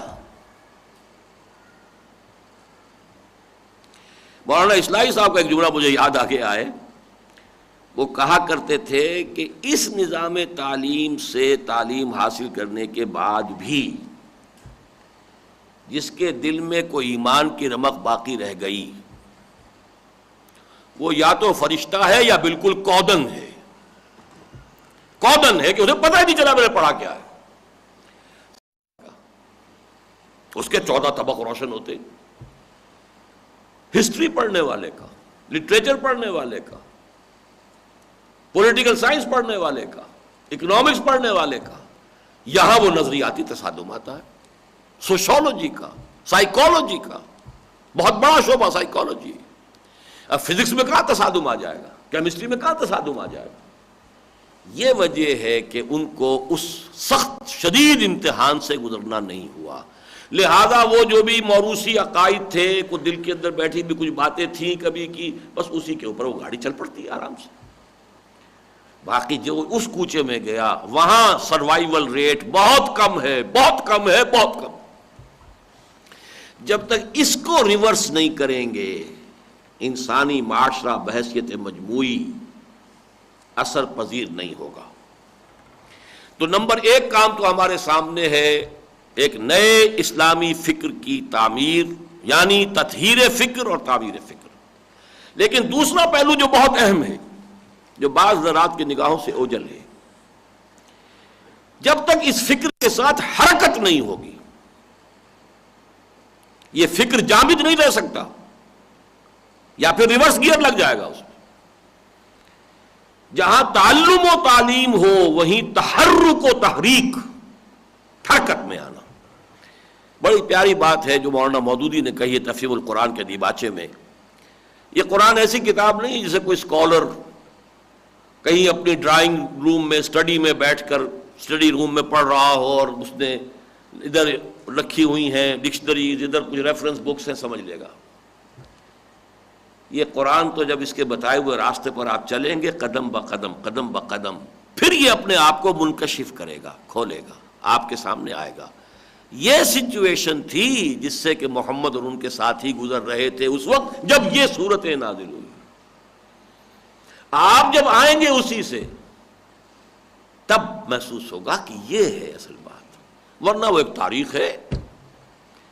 نہ کہیے فیری ٹیلز، نہ کہیے بڑی مقدس کہانیاں ہیں، اللہ اللہ خیر صلی اللہ، تھا معاملہ ہو گیا، واقعات ہیں، تاریخ ہے، حقیقت ہے، بس۔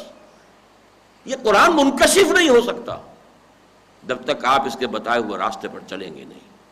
اور اس کا بتایا ہوا راستہ جہاں انفرادی نیکی کا ہے، وہاں اجتماعی انقلاب کا راستہ ہے۔ یہ صحیفہ انقلاب ہے، یہ مینول آف ریولوشن ہے۔ اس میں جب تک حرکت نہ ہو، عشق خود ایک سیل ہے، سیل کو لیتا ہے تھام، اگر وہ نہیں ہے کیفیت، تو پھر جیسا کہ میں نے عرض کیا، میرے سامنے ایک بڑی اہم مثال ہے، لیکن میں اس کو تذکرہ نہیں کرنا چاہتا۔ جو حضرات چاہیں اس کو پڑھنا، وہ میری جو کتاب چھپی ہے نجات کی راہ سورۃ العصر کی روشنی میں، اس کا جو بڑا ایڈیشن چھپا ہے، اب مجلد اس کے دیباچے میں نے وہ بات تفصیل سے لکھ دی۔ بہت بڑے عالم دین کے علم کے اندر جو ریورس گیئر لگا، کیوں لگا؟ کہ قرآن کے مندارم، ایک قرآن وہ تھا جو اس وقت تھا ان کے پاس جبکہ وہ متحرک تھے، اور ایک قرآن وہ ہے جو ان کے پاس اب ہے کہ جب وہ جامد ہو چکے ہیں، زمین و آسمان کا فرق واقع ہو چکا ہے۔ یہ ویسے تو سر سید احمد کا مصرع ہے جو میں آپ کو سنا رہا ہوں، قرآن کے مندارم۔ میں نے حال ہی میں جب یہ 1 ایئر کورس ہمارا اس سال کا شروع ہوا تو جو تقریر کی تھی اس میں بڑی تفصیل سے اس پر بات کی ہے۔ قرآن لفظی اعتبار سے تو میرے پاس بھی وہی ہے، آپ کے پاس بھی وہی ہے، کسی اور کے پاس بھی وہی ہے، سب کے پاس وہی ہے۔ اگر ہم 1 ارب مسلمان ہیں اور دنیا میں فرض کیجئے کروڑوں قرآن ہے تو وہی قرآن ہے، ہر شخص کا قرآن جدا ہے۔ جیسے کہ حدیث میں آتا ہے الطرق الی اللہ کعدد انفاس الخلق، اللہ کی طرف آگے بڑھنے کے، تقرب الی اللہ کے راستے اتنے ہی ہیں جتنے کہ انسانوں کے سانس۔ ہر انسان اللہ تعالیٰ کی تخلیق میں ایک یونیک پرسنالٹی لے کر آیا ہے، اس کا خاص اینگل آف ویو ہے، اس کی خاص اپروچ ہے، اس کی خاص افتاد طبع ہے، اس کا خاص میلان ہے۔ 2 انگوٹھوں کے یہ لکیریں نہیں ملتی تو انسانی شخصیتیں کہاں ایک سی ہوں گی؟ ہر ایک کا قرآن جدا ہے۔ جو آپ قرآن سے لے رہے ہیں وہ علیحدہ شے ہے، قرآن وہی ہے، یہ میز وہی ہے، لیکن وہ جو دیکھ رہے ہیں ان کے ذہن پہ کچھ اور، ان کے ریٹینا پر اس کی کوئی اور تصویر بن رہی ہے، ادھر سے جو دیکھ رہے ہیں ان کے ریٹینا پر کوئی اور تصویر بن رہی ہے۔ تو قرآن کے مندارم، وہ قرآن جو میرے پاس ہے وہ تو نچلا بیٹھنے نہیں دیتا، وہ تو آگ بھر دیتا انسان میں۔ اسی لیے تو اقبال نے کہا تھا نا، پیش ماں یک عالم فرسودہ است، میرے سامنے ایک فرسودہ عالم ہے، فرسودہ، بڑا پرانا بوسیدہ دقی عالم سی، ملت اندر خاک او آسودہ است، اور ملت اسلامیہ مسلمان امت محمد وہ اس کی خاک نشین ہوئی ہے، یعنی اس عالم میں بھی اونچی نہیں ہے، گری ہوئی ہے، لیکن اس میں بھی آسودہ ہے، مست ہے، حال فقر مست اور کوئی مال مست اور کوئی حال مست۔ اس کے بعد جو الفاظ کہے ہیں، رفت سوز سینہ تاتارو کرد، یا مسلمان مرد یا قرآن مرد۔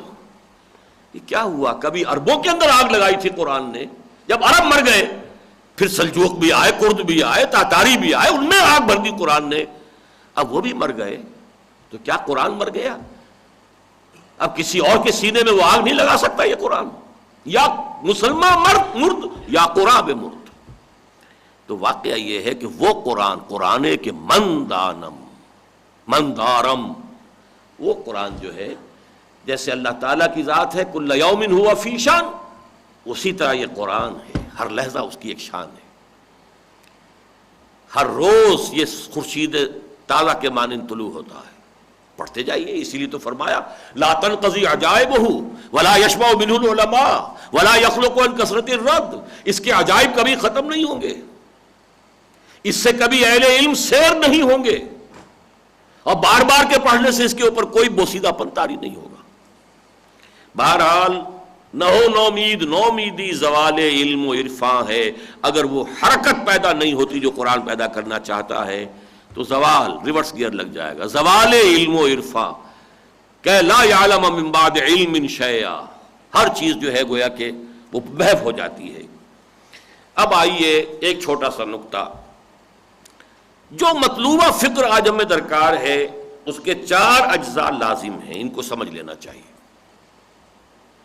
پہلا جز جس کی طرف بہت سے اہل قرآن اور قرآن کا نعرہ لگانے والے جو ہیں ماضی میں اکثر و بیشتر بھٹک گئے، وہ ہے اسلاف سے ربط۔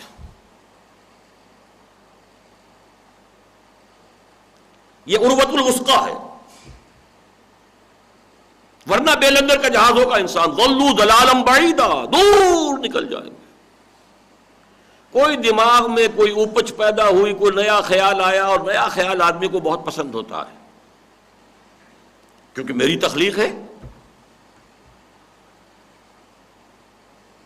وہ ایک شعر مجھے پوری طرح یاد نہیں آ رہا، دلیا بگندہ بروزہ گندا ولے ایجاد بندہ، گندا بروزہ کے ساتھ میں دلیا کھا رہا ہوں، لیکن ایجاد بندہ تو نہیں، ایجاد بندہ بہت انسان کو عزیز ہوتی ہے، اور پھر اسی لہر کے اندر نہ معلوم کہاں سے کہاں آدمی نکل جاتا ہے۔ ضرورت ہے کنڈے کے اوپر ہاتھ ہو، فقد استمسک بالعروۃ الوثقی، اور یہ کنڈا ہمارے اسلاف کا ہے۔ لیکن اچھی طرح سمجھ لیجئے، اسلاف کا کنڈا دو اعتبارات سے ہے، تھامنا ہے۔ نمبر ایک، علم الاحکام، شریعت کے احکام کا معاملہ جو ہے اس میں جتنا پیچھے جائیں گے، جتنا پیچھے جائیں گے، جتنا پیچھے جائیں گے، یہاں تک کہ محمد الرسول اللہ کے قلبوں میں پہنچ جائیں گے، اتنا ہی مبارک ہے۔ دور پیچھے کی طرف ہے گردش ایام تو بمصطفیٰ برساخی اشرا کے دی ہماؤس، اگر بہو نہ رسیدی تمام بلابیس۔ علم الاحکام میں۔ نمبر دو، علم الایمان، توحید، جسے ہمارے ابتدائی صوفی جو تھے علم التوحید بھی کہتے تھے۔ یہ دو چیزیں تو اسلاف سے ملیں گی، اور پیوستہ رہ شجر سے، اس کے بغیر جو ہے واقعہ یہ ہے کہ انسان اگر ان چیزوں میں اس کنڈے کو چھوڑ دے گا ضل ضلالا بعیدا۔ لیکن دوسرا اس میں پہلو ہے جدید کا، اور جدید تین سطحوں پر آپ کو درکار ہے۔ اب اس میں اہمیت کے اعتبار سے تو سب سے بڑا فلسفہ ہے، لیکن فلسفہ اس دنیا میں مر چکا ہے۔ اب بڑی بڑی یونیورسٹیوں میں ویسٹ میں اب فلسفے کے ڈپارٹمنٹ ختم ہو رہے ہیں۔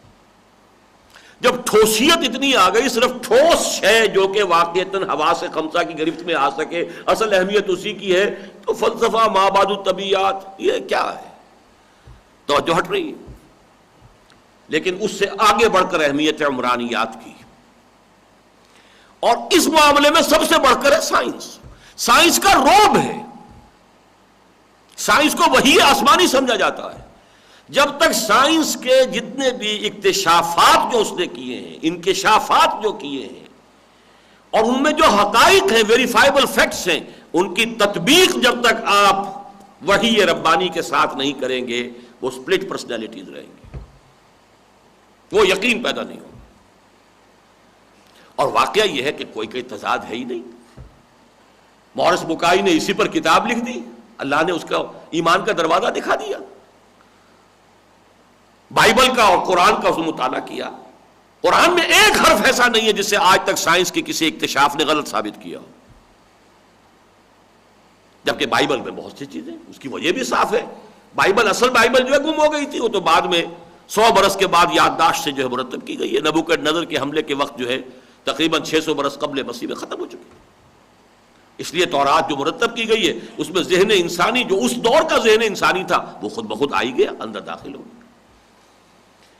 یہ ضرور ہے کہ آج سے 200 سال 400 سال 800 سال پہلے کا مفسر ہو سکتا ہے کہ وہ بات سمجھ نہ پایا ہو، جس کے لیے بہترین لفظ جو ہیں وہ امام شافعی کے ہیں، تقاصر عنہ افہام الرجال جمیع العلم فی القرآن لیکن تقاصر عنہ افہام الرجال، لوگوں کا فہم جو ہے وہ نیچے رہ جاتا ہے، اس لیے کہ آج سے 1000 سال پہلے لوگوں کے فہم میں وہ وسعت تو نہیں تھی جو آج ہے،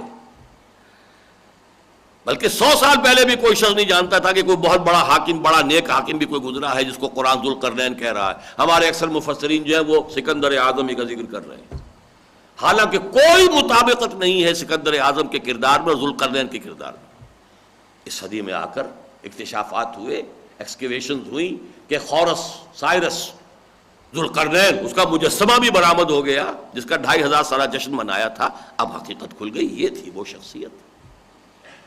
اسی لیے قرآن مجید کہتا ہے، لاسٹ بٹ ون آیت ہے سورہ حامیم السجدہ کی، سنریہم آیاتنا فی الآفاق وفی انفسہم حتی یتبین لہم انہ الحق، ہم اپنی نشانیاں اور ان کو دکھاتے چلے جائیں گے آفاق و انفس میں، یہاں تک کہ یہ بات دن بدن روز بروز اور مبرہم ہوتی جائے گی کہ قرآن حق ہے۔ یہ دوسرا ایلیمنٹ ہے اس کا۔ تیسرا ایلیمنٹ ہے تدبر قرآن کے صحت مند اور صحیح اصول، اس کی تفصیل میں اس وقت نہیں جا سکتا۔ اور چوتھی چیز ہے انقلابی حرکت، جس کا میں تذکرہ کر چکا ہوں۔ یہ نہیں ہوگی تو زنگ لگ جائے گا، یا بھٹک جائے گا یا زنگ لگ جائے گا، ریورس گیئر لگے گا، جو بھی ہوگا اللہ اسے بچائے۔ بہرحال اب میں آخری بات پر آ رہا ہوں کہ اب جو ہمیں اصل کام کی جانب پیش قدمی کرنی ہے، الحمدللہ کہ اس کے 2 مراکز اب تقریباً قائم ہو چکے ہیں. ایک مرکز اب لاہور میں انگلش سیکشن قرآنک ہورائزنز کے، آپ سمجھیے کہ کتنا بھی مدت ہوئی ہے اس نے اپنا مقام پیدا کر لیا ہے، انٹرنیشنل سطح کے اوپر ایکنالج ہو رہا ہے. اور یہ ساری اللہ کی دین ہے. ہم اگر اسکیم بناتے، اس کے لیے فنڈز جمع کرتے، کسی بہت بڑے کسی اسکالر کو تنخواہ پر بڑی سے بڑی تنخواہ دے، تب بھی یہ کام نہیں ہونے والا تھا. اللہ نے ایک نوجوان ہماری جھولی میں ڈال دیا آج خود، ڈاکٹر احمد افضال. پتہ نہیں ان کی انگریزی اتنی اچھی کیسے ہو گئی، ہم بالکل واقف ہی نہیں تھے سر سے ان سے. بس صرف یہ کہ ہائی اسکول کے زمانے سے میثاق پڑھ رہے تھے، بس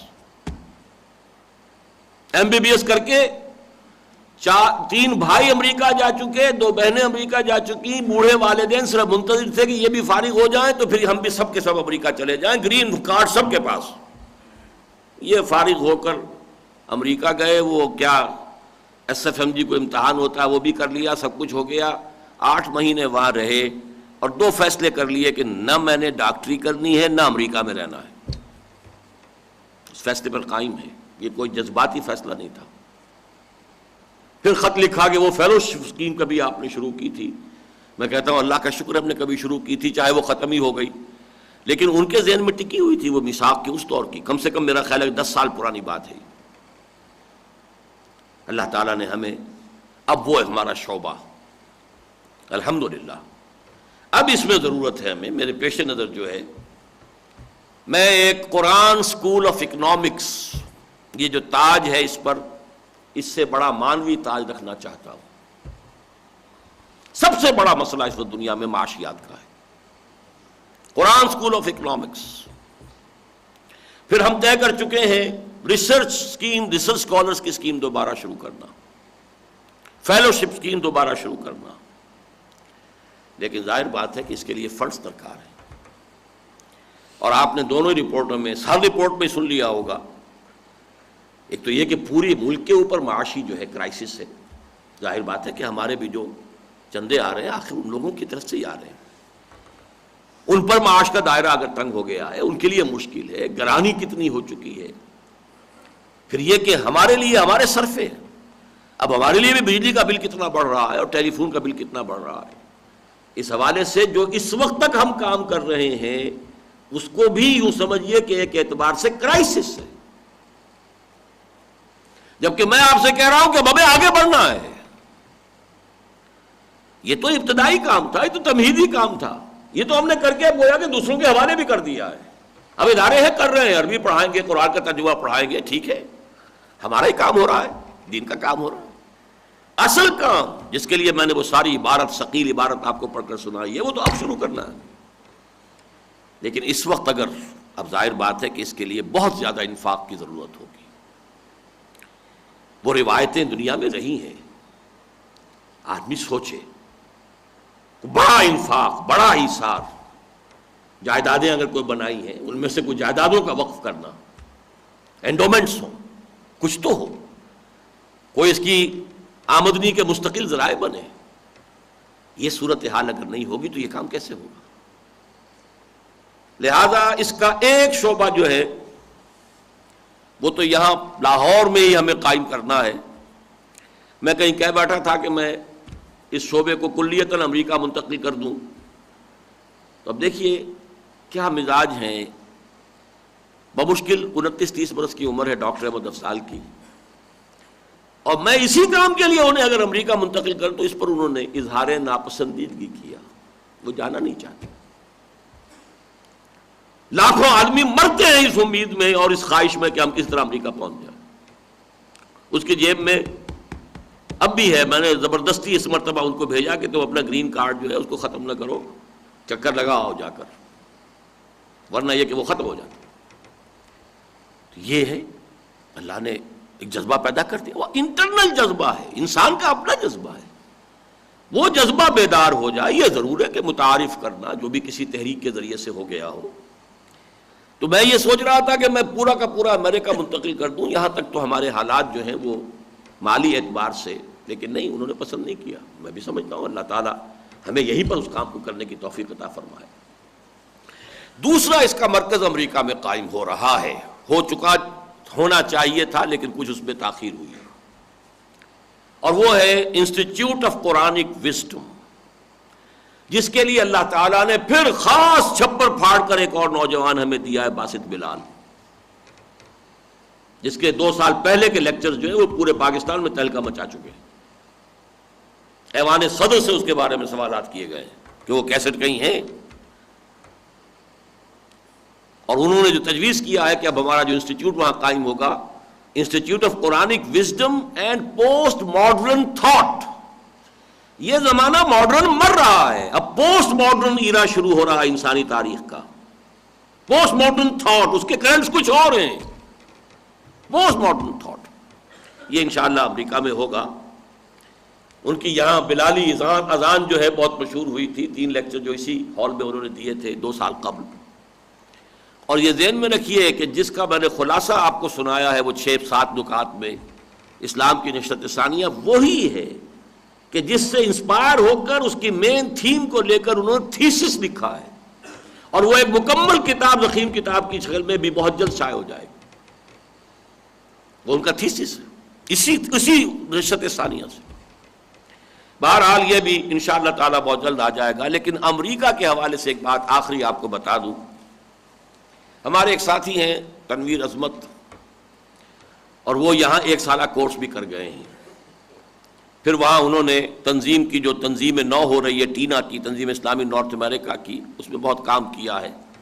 تقریباً 2 سال انہوں نے اپنے عام کیریئر سے نکال کر اس کام کے اندر اپنے آپ کو مصروف رکھا ہے ہمہ وقت۔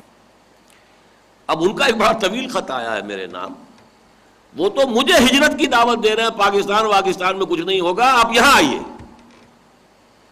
اس سے پہلے انہوں نے گنوائی ہے کہ آپ کی 2 ہجرتیں فورسڈ ہوئیں۔ انہوں نے میرے حالات پڑھے ہوں گے نا کہ ایک میرے پردادا 1857 کے بعد مجبور ہوئے تھے ہجرت کرنے پر، ضلع مظفر نگر چھوڑ کر، اور ضلع حصار پنجاب میں آنے پر۔ وہ 1857 کا معاملہ تھا۔ 1947 میں پھر وہ فورسڈ ہجرت ہوئی کہ میں مشرقی پنجاب سے مغربی پنجاب آیا ہوں۔ وہ کہتے ہیں اب ایک والنٹری ہجرت کیجئے اور یہاں آئیے، یہاں ہے میدان، یہاں ہے کام کرنے کے وسائل، یہاں ہے ذرائع۔ بہرحال میری ایسی کوئی نیت نہیں ہے، نہ میرا کوئی ارادہ ہے، میں تذکرہ صرف اس اعتبار سے کر رہا ہوں۔ قرآن مجید میں بھی اس مضمون کی ایک آیت ہے، ان یکفر بہا ہؤلاء فقد وکلنا بہا قوما لیسوا بہا بکافرین۔ اے محمد صلی اللہ علیہ وسلم، اگر اس قرآن کی ناقدری تمہاری اس قوم نے کی تو ہم نے اس کے لیے کچھ اور لوگ تیار کیے ہوئے ہیں کہ جو اس کی ناقدری نہیں کریں گے۔ ان یکفر بہا ہؤلاء فقد وکلنا بہا قوما لیسوا بہا بکافرین۔ تو اللہ تعالیٰ کو کہاں منظور ہے، کہاں ہو جائے گا؟ ہم تو پاکستان میں وہ کام نہیں کر سکے کہ جو بھارت میں مسلمان لوٹا ہوا، پٹا ہوا، دبا ہوا، وہاں جو اسلامک ریسرچ فاؤنڈیشن ہے، ہفتے میں 2 مرتبہ میرے کیسٹس جو ہیں وہ کیبل ٹی وی پر دکھائے جا رہے ہیں، 8000 فیملیز وہ دیکھ رہی ہیں۔ حال ہی میں ایک خط سے معلوم ہوا، مولانا اخلاق حسین قاسمی صاحب کے خط سے، کہ دلی میں بھی دوردرشن پہ بھی کبھی کبھی وہ دکھاتے ہیں درس قرآن میرا۔ پاکستان میں 1982 کے بعد سے بینڈ، ہم اشتہار بھی نہیں دے سکتے، میرا نام کسی اشتہار میں آ جائے وہ اشتہار نہیں لیا جائے گا۔ ان یکفر بہا ہؤلاء فقد وکلنا بہا قوما لیسوا بہا بکافرین۔ میں نہیں کہہ سکتا وہ مشرق میں ہو، مغرب میں ہو، لیکن بہرحال سمجھ لیجئے کہ میرا اپنا منشا وہ نہیں ہے، لیکن یہ کہ اس کے لیے میرے پاس تو یہی ہیں لوگ کہ جن سے میں کہہ سکتا ہوں کہ ہمت کریں، ایثار کریں، انفاق کریں، آگے بڑھیں۔ بڑی بڑی جائیدادیں چھوڑ مریں گے، نہ معلوم پچھلے کیا کریں گے ان کا، اور آپ کی جائیدادوں کے اوپر کوئی گلچھرے اڑائے گئے اور اگر کوئی اور غلط حرکتیں ہوئی تو وہ آپ کے بھی نامہ اعمال میں درج ہوں گی چیزیں۔ اس حوالے سے نوٹ کیجئے کہ یہ کام میں اس لیے کہہ رہا ہوں کہ اب اصل مرحلہ جو آ رہا ہے اس کے لیے تو ظاہر بات ہے کہ ہم تو یہ روٹین جو اس وقت کے ہمارے اخراجات ہیں ان کے اعتبار سے کرائسس میں آگے کیا ہوگا، اس لیے میں نے اس قدر آپ کی سما خراشی کی ہے. لیکن میں جو کچھ کر رہا ہوں وہ میں آپ کو بتاتا ہوں. میں تو امریکہ سے ریکلیم کر کے لا رہا ہوں لوگوں کو، میں کیا ہجرت کروں گا، میں واپس لا رہا ہوں. الحمدللہ ثم الحمدللہ 5 فیملیز اب آئی ہیں اس وقت اس 1 ایئر کورس کے اندر امریکہ سے، جن میں سے 4 کا مستقل فیصلہ یہ کہ اب یہیں رہنا ہے. 2 ڈاکٹرز ہیں، نیورولوجسٹ، امریکہ کے board certified neurologist, 2 M S C engineering جس کو ہم کہتے ہیں کمپیوٹرز کے اندر. پھر نوجوان جو آئے ہیں engineers, mechanical engineers, civil engineers, 3 وہ آئے ہیں. تو یہ جو سب آ رہے ہیں امریکہ سے چل کر آ رہے ہیں. یہ الٹی گنگا دوڑ تو لگی ہوئی ہے امریکہ جانے کی، لیکن میں جو کوشش کر رہا ہوں اور مجھے امید ہے، اس سے پہلے بھی جب میں نے شروع میں کوشش کی تھی وہاں سے لوگوں کو لانے کی تو بدقسمتی سے وہ یہاں آ کر ناکام ہو کر بعض لوگ واپس چلے گئے، اس لیے کہ وہ لوگ زیادہ تر وہ تھے کہ جو ہاتھ سے کام کرنے والے یا ٹیکسی ڈرائیور. اب ظاہر بات ہے کہ ان کے لیے یہاں پر کام نہیں ہے، کام ہے تو وہ جس کو ڈگنیٹی آف لیبر نام کی شے یہاں کوئی نہیں ہے. وہاں ٹیکسی ڈرائیور کو بھی کوئی شخص، کوئی پولیس والا اوے کہہ کے تو نہیں پکار سکتا، وہ تو اسے بھی کہے گا تو سر کہے گا، sir can I see your licence. یہ جو ڈگنیٹی آف لیبر ہے وہاں وہ یہاں نہیں تھی. پھر یہاں پہ جو بھی اڑنگے ہیں اور یہ ہر جگہ رشوت، کسی جگہ وہ وہاں کی عادتیں ان کی کچھ اور ہو چکی ہوئی تھی. پھر کچھ لوگوں نے اعتماد کیا اپنے عزیزوں پر، رشتہ داروں پر، دوستوں پر، وہ رقمیں ان کی ویسے گم ہو گئی. لیکن اب جو آ رہے ہیں انشاءاللہ تعالی وہ پروفیشنلز ہیں، وہ یہاں خود اپنا پاؤں جو ہے کہیں جما کر کھڑے ہو سکتے ہیں. ایک فیملی کی ابھی مزید توقع ہے امریکہ سے آنے کی. پاکستان سے آنے والوں میں بیٹھے ہوئے ہمارے صافی صاحب بھی 2 دن پریکٹس کریں گے ہفتے میں. چیس اسپیشلسٹ ہے، پری میچور انہوں نے ریٹائرمنٹ لی ہے، ڈپٹی ڈائریکٹر تھے پروونشل لیول کے اوپر ہیلتھ ڈپارٹمنٹ کے. 5 دن پڑھیں گے، 2 دن جا کے پریکٹس کریں گے اور ہوائی جہاز سے آنا جانا. پھر ہمارے ہاں پاکستان سے متعدد ایم ایس سیز ہیں، بی ایس سیز ہیں، بی اے ہیں، بی کام ہیں، ایک ایم بی اے ہیں، ایک ایم اے فلسفی ہیں. 26 حضرات میں سے 4 ایف اے، 2 میٹرک، 6 نکال دیجئے تو باقی سب کے سب گریجویٹ یا پوسٹ گریجویٹ. اور اس کے ساتھ خواتین کا میرے پاس صحیح تعداد نہیں، میرے خیال 10-15 خواتین بھی ہیں. یہ ہے 1 ایئر کورس جو کہ ہم نے اس سال جو ہے اس کو تقریباً 9 مہینے کا، 8.5 مہینے کا کیا ہے. یہ بھی ایک بہت بڑا لینڈ مارک ہے ہمارے اس کام کے اندر. اللہ تعالیٰ اسے قبول فرمائے. اور میں تو چاہتا ہوں کہ یہاں ہو اصل کام، لیکن اس کے لیے ظاہر بات ہے جیسے میں عرض کر چکا ہوں، کچھ آپ لوگوں کو ہمت، اثر نو کمر ہمت کسنی پڑے گی. اب آخر میں تحفے کے طور پر میں آپ کو علامہ اقبال کے کچھ اشعار سناتا ہوں. گر تمی خواہی مسلمان زیستن، نیست ممکن جز بقرآن زیستن. یہ 2 میں اشعار اس لیے سنا رہا ہوں آپ کو کہ 2 امنگیں ہو سکتی ہیں. میں مسلمان جینا، مسلمان مرنا چاہتا ہوں، بڑی امنگ ہے. لیکن اگر یہ امنگ ہے تو یہ بھی قرآن سے پوری ہوگی صرف. اور دوسرے یہ برخوراز قرآن اگر خواہی ثبات در ضمیرش دیدام آب حیات. اگر انسان دوام چاہتا ہے، ثبات چاہتا ہے، استقلال چاہتا ہے، اپنے ملک کے لیے دوام اور بقا چاہتا ہے، وہ بھی صرف قرآن میں. میں تفصیل سے بیان کر چکا ہوں ان چیزوں کو، اس وقت صرف یہ اشعار آپ کو سنا رہا ہوں. کتاب زندہ قرآن حکیم، میرا جو کتابچہ ہے علامہ اقبال اور ہم، اس میں میں نے لکھا ہے. میں حیران ہوتا ہوں عظمت قرآن کا جب بیان علامہ اقبال کرتے ہیں تو کتنی ان پر انکشاف کی کیا سطح ہوتی ہے اس وقت، جس درجے میں انکشاف ہوا ہے. میں واقعہ یہ ہے 66واں برس عمر کا میرا آدھا گزر چکا ہے، 65.5 برس آج میری عمر ہو چکی ہے.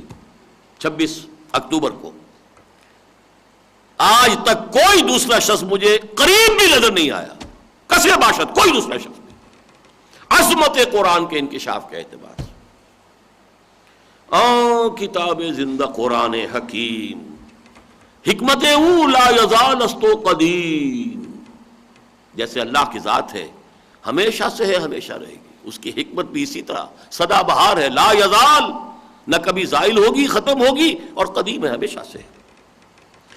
حرف اورا ریب نئے، تاویل نئے، حرف اورا ریب نئے، تبدیل نئے، آیاش شرمندہ تاویل نئے، اس کے کسی حرف کے اندر کوئی تبدیلی، کوئی شک، ذالک الکتاب لا ریب فیہ نہیں ہے، کسی ایک حرف میں بھی حرف اورا ریب نئے، تبدیل نئے، آیاش شرمندہ تاویل نئے۔ یہ قرآن اپنی حفاظت کر سکتا ہے، غلط تعویل سے اپنی حفاظت خود کرتا ہے، لا یاتیہ الباطل، نہ سامنے سے نہ پیچھے سے۔ نو انسارا پیام آخرین، حامل او رحمت للعالمین، نسخہ اسرار تکوین حیات۔ اب ذرا غور کیجئے، تکوین حیات، creation of the world, creation of life, یہ سارا جو اب اس وقت science, creation of life and creation of the universe, top جو ہے وہ ہماری فیلڈ جو ہے پروب کی گئی ہے، نسخہ اسرار تکوین حیات، بے ثبات از قوتش گیرت ثبات، جس کو کوئی ثبات نہ ہو، کوئی استحکام نہ ہو، قرآن کی طاقت سے اس کو ثبات اور دوام اور استقلال حاصل ہو جائے گا۔ صد جہان تازہ زر آیاتے ہو، صد جہان تازہ در آیاتے ہو، اسرہا پیچیدہ در آناتے ہو۔ ہاں 100 جہان ابھی تازہ اس کی آیات کے اندر موجود ہیں، اور زمانے ابھی اور آنے والے زمانے، آنا یہ آتا ہے لفظ کسی لمحے کے لیے، اس کے لمحات میں ہیں۔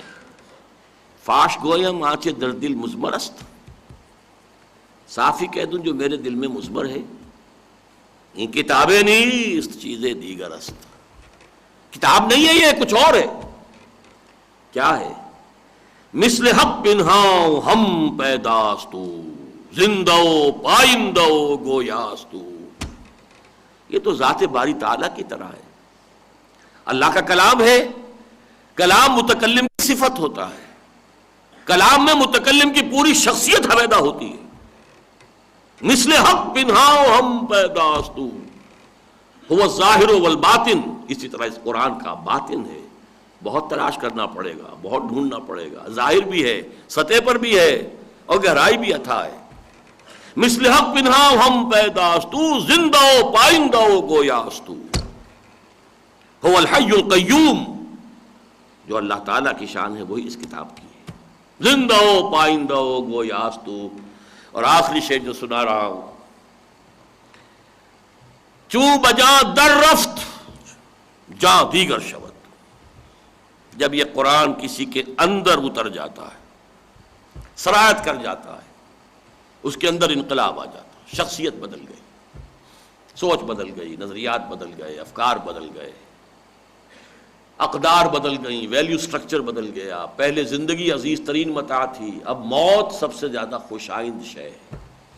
نشان مرد مومن بات گویم چو مرگ آیت تبسم بر لب اوست،